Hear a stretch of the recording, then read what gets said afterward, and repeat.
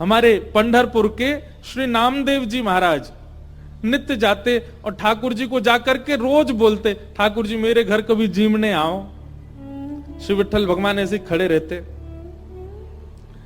नामदेव जी रोज जाते, बोले मेरी मैया इतना बढ़िया प्रसाद बनाती है, ठाकुर जी जीमने आओ। तो नामदेव जी से कभी कभी ठाकुर जी बोलते थे, ठाकुर जी कहें पूरी दुनिया यहीं लेके आ जाती है, तू भी लिया यहीं पे, हम यहीं खड़े यहीं पालेंगे। बोले नहीं, मेरे घर आओ पाने के लिए। तो ठाकुर जी बोले मैं तेरे घर पाने जाऊंगा तो यहां पे कौन खड़ा होगा मेरी जगह, लाखों लोग दर्शन करने आते हैं। नामदेव जी बोले आप भगवान हो, सर्वसमर्थ हो, कोई व्यवस्था कर लो अपनी। भगवान बोले ठीक है कर ली हमने व्यवस्था। बोले क्या व्यवस्था? बोले मैं तेरे घर जाऊंगा पाने, तू मेरी जगह खड़ा हो जा। नामदेव जी बोले ये कैसे हो सकता है? भगवान बोले सब हो जाएगा, बस आज एक काम करियो, रात्रि में जैसे ही शयन आरती हो, शयन आरती के बाद छुप जाइयो पीछे आके, देखो ठाकुर जी की लीला। ये सत्य घटना है श्री नामदेव जी महाराज की। नामदेव जी छुप गए। रात्रि में शयन आरती के बाद जैसे ही कपाट बंद हुए, ठाकुर जी तुरंत मूर्तिमंत खड़े थे, मूर्ति से सहज हो गए और सहज उतर गए अपने आसन से। और नामदेव जी कहा तुम खड़े हो जाओ। खड़े हो गए। नामदेव जी बोले ऐसे खड़े हो जाओ हमारी तरह। हो गए खड़े। अब ठाकुर जी उनका श्रृंगार कर रहे हैं, अपनी जैसी पगड़ी पहनाई, अपनी जैसे वस्त्र पहनाए, अपनी जैसे पूरे हाथ पाम कर दिए। नामदेव अब हम जा रहे हैं तुम्हारे घर प्रसाद पाने, 2-4 घंटा में मंगला आरती होगी, खड़े रहना यहीं पे। और सुनो 2-4 बातों का ध्यान रखना। क्या? ये सुबह सुबह पुजारी आकर के तुमको ठंडे ठंडे पानी से नवाएंगे, ठिठर मत जाना। अंदर से ठंडी लगे तो भी रोक लेना। नामदेव जी बोले वो कैसे रोकूंगा? बोले हम नहीं रोक रहे इतने साल से, रोज रोज हमको भी नवा देते हैं सुबह 4 बजे, हम भी तो अपनी कंपन होता रोकते हैं उसको। और सुनो फिर दूध से नवाएंगे तुमको, उसके बाद शहद डालेंगे तुम्हारे ऊपर। और फिर कभी पंढरपुर जाओ तो हमारे कहने से वहां की काकड़ा आरती, तो काकड़ा आरती में क्या करते हैं, दूध से जल से सबसे स्नान करने के बाद फिर ठाकुर जी को मुंह पे मक्खन लगा देते हैं, इतना सारा मक्खन मुंह पे। तो ठाकुर जी बोले स्नान आदि के बाद तुम्हारे मुंह पे मक्खन लगाया जाएगा, तुम्हारा मन तो करेगा कि मैं खा लूं, लेकिन जीभ निकालना नहीं बाहर, उसको लगे ही रहने देना। नामदेव जी बोले फिर तुम्हारा श्रृंगार होगा। और श्रृंगार के बाद पंढरपुर में हर दर्शनार्थी को अधिकार है कि भीतर मंदिर में जाके ठाकुर जी के चरण छू सकता है, अपना सिर वहां रख सकता है, सबको छूने का अधिकार है। बोले दुनिया भर के लोग तुम्हारे सामने आएंगे, सब लोग आकर के तुम्हारे चरणों में प्रणाम करेंगे, अपने दुख दर्द बताएंगे, सबकी सुन लेना, पूर्ण किसी की मत करना। तुमको दया भी आएगी, कोई रोता हुआ भी आएगा, कोई बहुत ज्यादा विचलित भी आएगा। नामदेव जी बोले क्यों पूरा नहीं करूं? वो सबका विधान बना हुआ है, वो सब काम हमारे लिए छोड़ दो, किसको क्या देना क्या नहीं देना। तुम बस कहीं ऐसा नहीं कि यहां खड़े होके कोई रोता हुआ आया उसके आंसू पोंछने लग जाओ, कहीं तुम जरा भी हिल गए तो पुजारी पंडा बहुत मारेंगे, सब कहेंगे कहां गए हमारे ठाकुर जी, कौन खड़ा हो गया आके। नामदेव जी बोले जो आ गया, बढ़िया निमंत्रण दिया भोजन का, मैं तो बंध गया यहाँ पे। बोले हाँ रोज आ जाते हो भोजन करने, आओ अब जा रहे हैं हम भोजन करने, खड़े रहो यहीं पे। और श्री पंडरीनाथ श्री साक्षात द्वारिकाधीश अर्धरात्रि में नामदेव के घर गए, अकेले। द्वार खटखटाया, मां अंदर से चिल्लाती हुई ए नामा, पूरे दिन मंदिर में पड़ा रहता है, आधी रात में आता, सब सो रहे हैं यहां पर। जैसे ही द्वार खोल करके देखा, आहा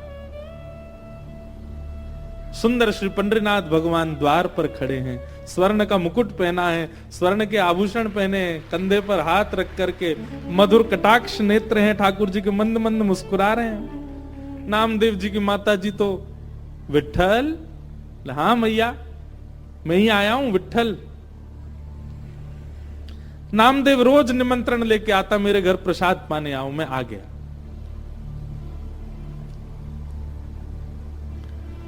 नामदेव जी की माता जी ने चूल्हा रात में चेताया, खूब बढ़िया बढ़िया प्रसाद बना करके ठाकुर जी को अपने हाथ से पवाया। इतने में घंटे घड़ियाल बजने लगे, 3:30-4 बज गए, सुबह के मंगला आरती का समय हुआ। ठाकुर जी ने कहा मैया जल्दी करो। बोले क्या हो गया? अब आपको मंगला में जाना है? बोले मंगला में अब मैं तो व्यवस्था करके आया हूं वहां पे, लेकिन मुझे आज तक तो मैं दर्शन देता था काकड़ा आरती में, मंगला आरती में, आज मैं दर्शन करने जाऊंगा। मैया बोली क्या करूं? बोले काली सौल लेके आओ। और मैया सौल लेके आई। ठाकुर जी ने अपने मुकुट उकुट उतार करके, आभूषण उतार करके, और काली सौल में बढ़िया स्वयं को लपेट लिया, किसी को पहचान में नहीं आवे। कारे कारे तो ठाकुर जी हैं, काली सौल और ओढ़ ली।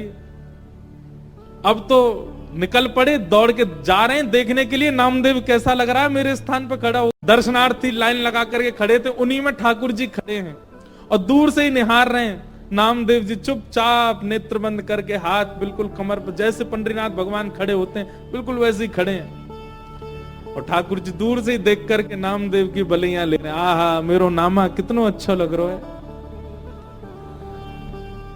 गर्भगृह में जैसे ही ठाकुर जी पहुंचे, ठाकुर जी के आते ही नामदेव जी को पता चल गया कि ठाकुर जी आए हैं। सो नामदेव जी मन में सोचे सब प्रणाम कर रहे हैं, कि ठाकुर जी प्रणाम नहीं कर ले मुझको, मैं कैसे रोक पाऊंगा? ठाकुर जी प्रणाम कर रहे हैं। ठाकुर जी गए, नामदेव जी को देखा। नामदेव जी को देख करके जैसे ही नीचे सर झुकाया, नामदेव जी के नेत्रों से आंसू गिरने लगे। नाथ ये कैसी लीला कर रहे हो आप? बलैया लेने लगे। अद्भुत हैं बंधुओं ठाकुर जी। ठाकुर जी जैसा प्रेम कौन कर सकता है? अपने भक्त को अपने स्थान पर खड़े होकर उसके दर्शन करने आए हैं। पहले तो खूब बलैया ली, और फिर उसके बाद ठाकुर जी बोले ए नामा तुझे नोच के भाग जाऊं? तू जोर से चिल्लाएगा, पंडित पुजारियों को पता चल जाएगा। नामदेव जी बोले ऐसा मत करो, मैं किसी को बताऊंगा कि आपने मुझे खड़ा किया, कोई मानेगा और नहीं। ठाकुर जी चिढ़ा रहे हैं नामदेव जी को, नामदेव जी घबरा रहे हैं। ऐसी लीला, इसको कहते हैं रास। क्या कहते हैं? रास। ये लीलाएं जब ठाकुर जी आपके लिए सहज हो जाते हैं, ठाकुर जी आपको प्रायोरिटी देने लग जाते हैं, ठाकुर जी आपके लिए यह भूल जाते हैं कि वे परमात्मा हैं, इसको कहते हैं रास। रास का मतलब नाचना नहीं होता। रास का मतलब इन गोपियों के लिए ठाकुर जी सहज हो गए। इन गोपियों के लिए ठाकुर जी ने अपना परमात्म भेष त्याग दिया। इन गोपियों के लिए ठाकुर जी सरल बन गए, दीन बन गए, इसीलिए उसको रास बिहार कहा। गोपियां अपने अपने घरों में, ये गोपियां सामान्य नहीं है बंधुओं, ये त्रेता युग के समस्त दंडकारण्य वन के संत हैं, जो राम जी से मिलने की प्रतीक्षा कर रहे थे। तब हनुमान जी ने जाकर के इनसे कहा आप सब लोग प्रतीक्षा मत करो, केवल राम जी का चिंतन करते करते अपने देह का त्याग करो। आप सब संत ही द्वापर में ब्रज में गोपी बनकर के प्रकट होगे, तब राम जी कृष्ण बन के आएंगे और आप सबके साथ रास विहार करेंगे। आप सबको वो सुख प्रदान करेंगे जो एक प्रियतम प्रियतमा का होता है आपके गले में। अभी तो राम जी भगवान है, आप सब संतों केवल प्रणाम तक अधिकार होगा, लेकिन द्वापर युग तक प्रतीक्षा करोगे तो एक प्रियतम के भाव से ठाकुर जी आपके गले में गलवैया डाल के रास विहार करेंगे, वो सुख प्रदान करेंगे जो किसी को नहीं मिला।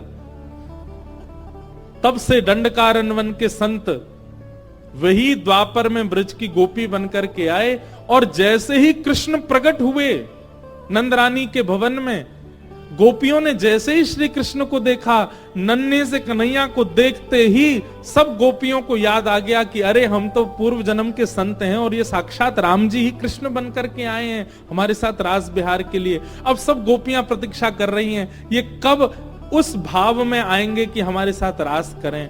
और आज वही दिन आया। 7.5 वर्ष के श्री ठाकुर जी हो